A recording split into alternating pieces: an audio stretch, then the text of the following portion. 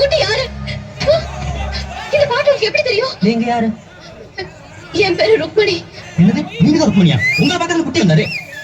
என்ன பார்க்க குட்டி வந்தாரா? இசை பாடி வரும் இடம் காற்றுக்கு உருவமில்லை, காற்றலையில் என்றால் ஒரு பாட்டொலி கேட்பதில்லை. ஒரு காலம் வருகையில் உள்ளம் கொள்ளை போகுதே, ஆனால் காற்றின் முகவரி கண்கள் அறிவதில்லையே.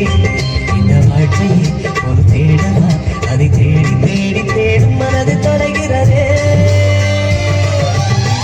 இசை பாடி வரும் இடம் காற்றுக்கு உருவமில்லை, காற்றலை இல்லை என்றால் ஒரு பாட்டொலி கேட்பதில்லை.